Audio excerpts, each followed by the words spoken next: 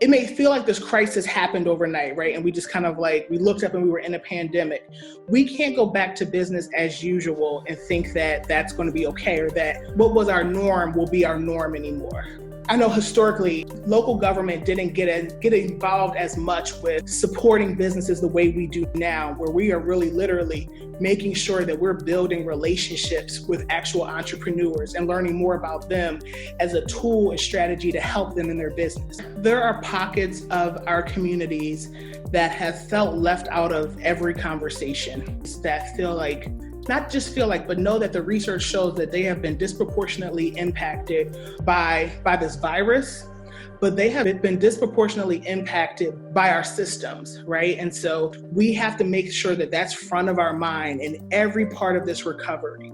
But I think we've done a fantastic job of adjusting. Really proud to see how everybody has risen to the occasion of the new way that we have to kind of serve our city. I'll use economic development as the example. And so we made this list of all these different businesses that exist in the city and realized that because we can't go out to their location, right? We can't show up to their restaurant. We can't show up to their business and kind of find out what's going on. We have to put in phone calls. We're sending emails. We're kind of doing all these different touch points. And I think many folks and many of our business owners were shocked that we were reaching out in that capacity, but we made that our priority. And then in that same vein, we have a weekly call now, a vulnerable populations call, where we're thinking through how do we serve our senior citizens, those who are living in isolation or alone, or our homeless populations, or our residents who are in public housing. How do we support all these different groups and all of our different communities in this time?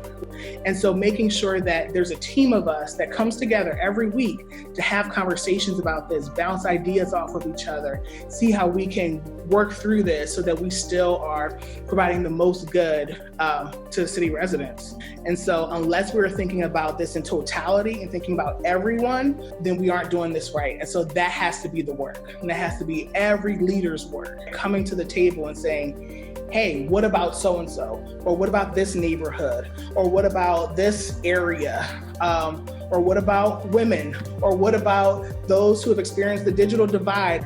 That has to be on all of our minds. That has to be part of all of our conversation, because without it, then we're not having the right conversation, for one.